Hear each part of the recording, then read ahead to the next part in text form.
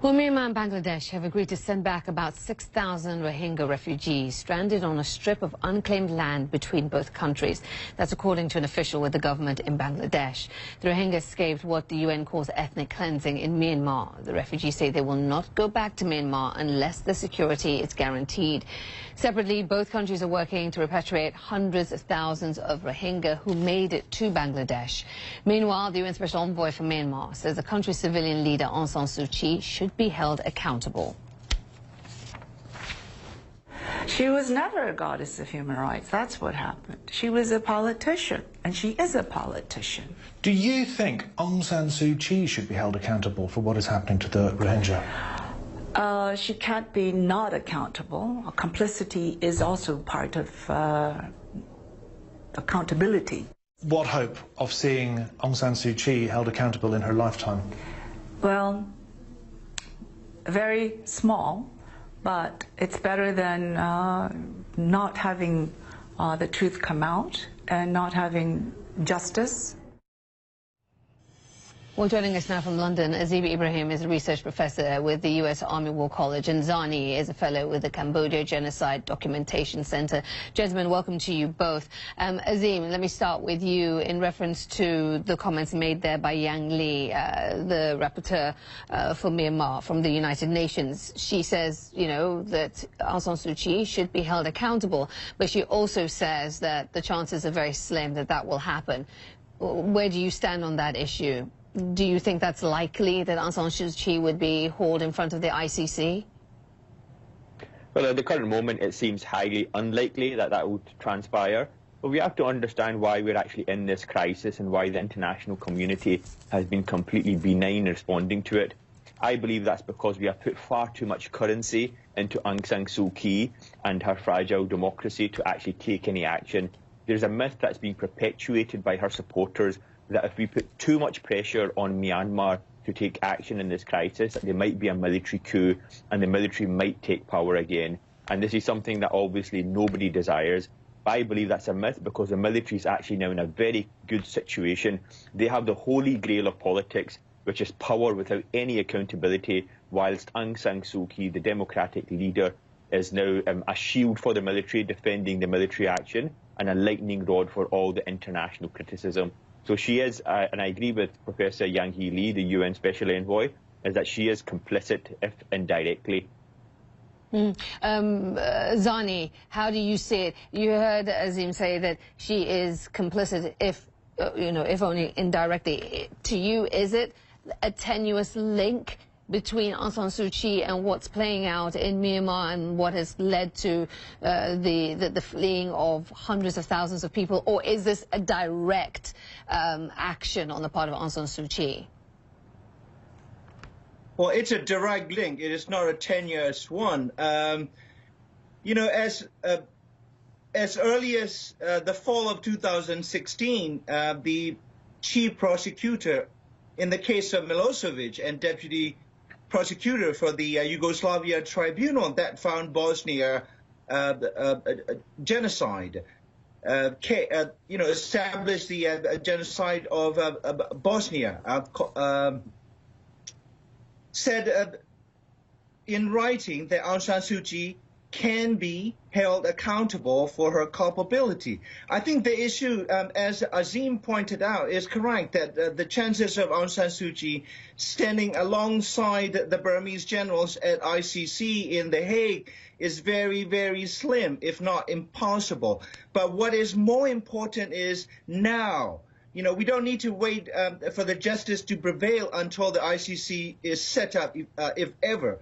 The Western policies and UN policies need to be delinked from Aung San Suu Kyi. If Aung San Suu Kyi is no longer a force for good, why is the West, why is the entire United Nations, including UNDP and others, linking their policies to Aung San Suu Kyi?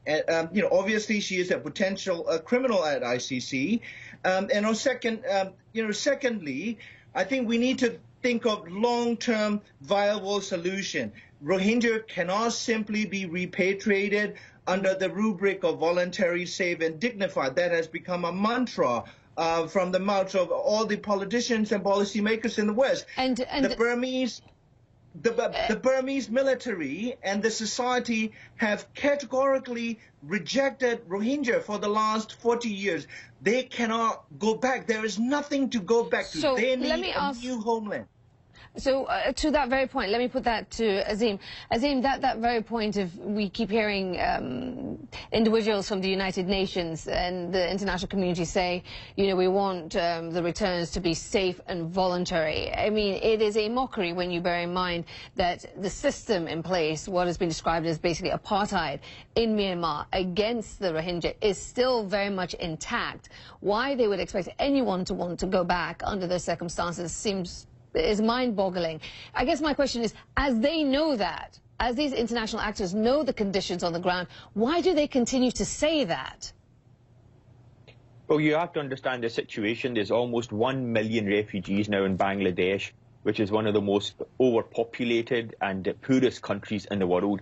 Bangladesh is very keen on repatriating the Rohingya as soon as possible. Now, the difficulty is that the Rohingya have actually nothing to go back to. Their villages have been burnt. The land has been seized and has already been redistributed and has already been harvested by the locals to whom it was distributed. The Rohingya have nothing to actually go back to. And the criteria that's been created to allow the Rohingya to go back is impossible to meet. It's been designed specifically to ensure that as little as possible of them will go back.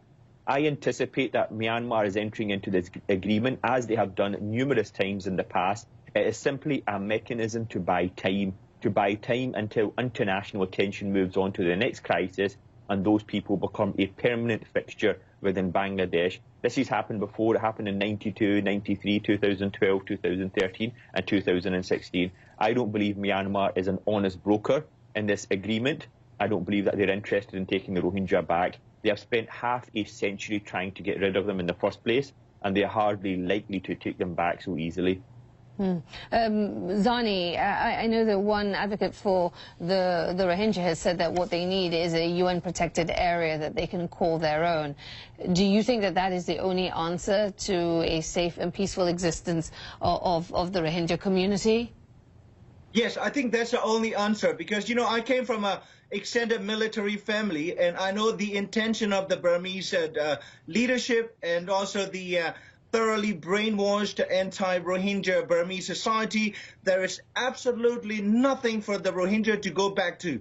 But they came from that ancestral piece of land that they call their home, northern Arakan state. We are not looking at the Israel situation where pre-existing population was displaced to create home for the, for the survivors of the Holocaust. We are looking at a situation where there is already a stretch of land that belongs to the Rohingya, at the length of 100 kilometers and longer. And those places have been turned into charred villages, and even the villages of the remnants of the charred villages are being bulldozed by the government to create the special economic zone.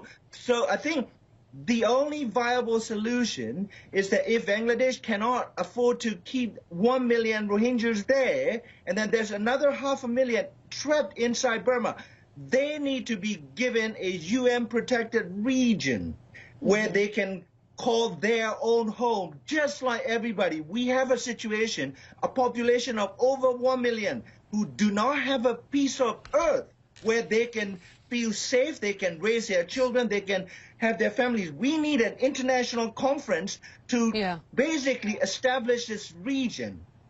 So, Azima, we're almost out of time. I know that one point that has made by Zani in the past is that we need a coalition of the seriously concerned to take up this issue of the Rohingya and what has happened to them. You know, it is hard to see how that will emerge when we are seeing this wide gap in rhetoric between Western powers. President Macron of France has gone as far as calling this a genocide, whereas the US Secretary of State says it's ethnic cleansing. Boris Johnson of the UK says it's industrial-scale ethnic cleansing. I mean, help us understand the fractures that exist in any kind of international coalition, and specifically why they're giving the term genocide such wide berth, but France is willing to go that far. Yeah, Well, I believe it is a genocide, and that's the title of my book, Rohingyas Inside Myanmar's Hidden Genocide.